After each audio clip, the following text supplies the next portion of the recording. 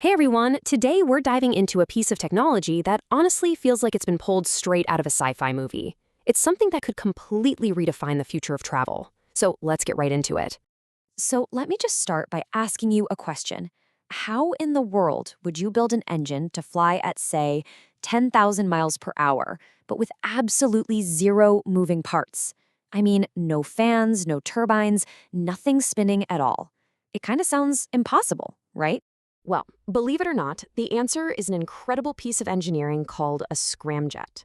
This is the tech that makes hypersonic flight a real possibility, and it works on a principle that's both brilliantly simple and, at the same time, fiendishly complex. Let's just break down the name for a second because it really tells you everything you need to know. Scramjet is short for Supersonic Combustion Ramjet. And that first part, supersonic combustion, that's the absolute game changer.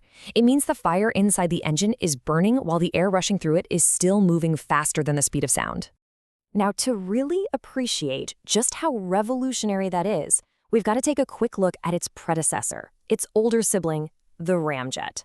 You see, understanding the ramjet is kind of the first step to seeing the real genius of the scramjet.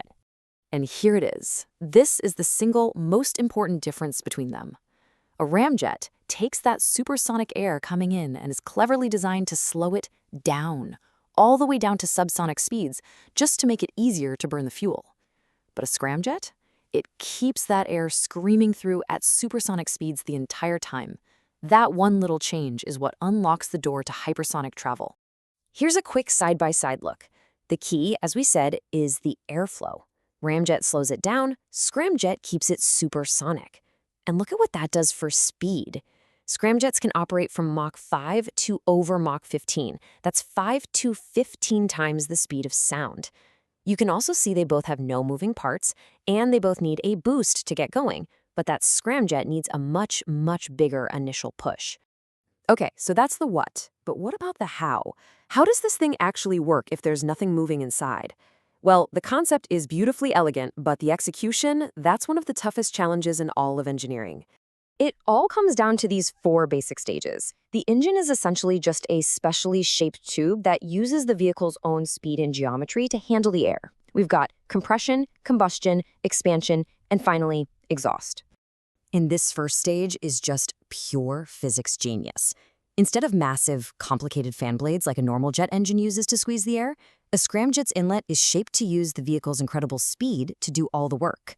The air literally slams into the engine and gets compressed by a series of shockwaves created by the engine's physical shape.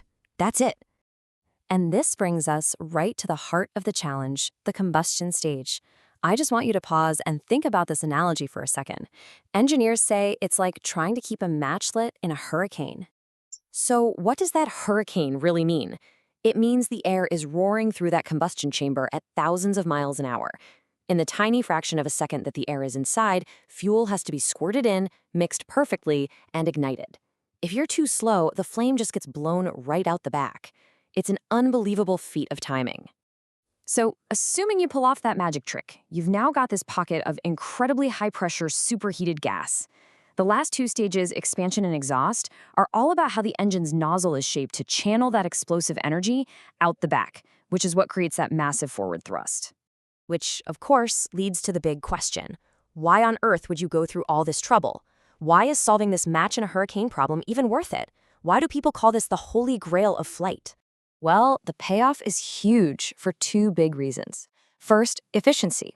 You know how a rocket has to carry all its fuel and all its own oxygen in these massive, heavy tanks?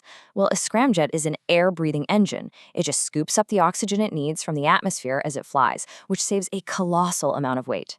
And second, of course, is speed. Imagine flying from New York to Tokyo in under 2 hours. That's the kind of world-shrinking potential we're talking about here. Not to mention a cheaper on-ramp to space for launching satellites. But, of course, there's a catch. There's always a catch. And it's a pretty big one. That brilliant feature, having no moving parts, is also its biggest weakness. Without any fans to pull in and compress air, a scramjet is completely and totally useless at low speeds. It cannot start from a standstill. Think about what that actually means. The engine can't even be turned on until the vehicle is already flying at Mach 5. That's 5 times the speed of sound.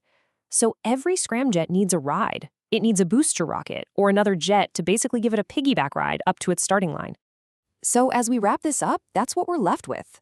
Scramjets are a technology that demands incredible speed just to function, but in return, they promise to make our world smaller and space way more accessible. The real question isn't just about getting from New York to Tokyo in 90 minutes. It's about what other doors this kind of technology will open. What new frontiers, scientific, commercial, even exploratory, become possible in a truly hypersonic age.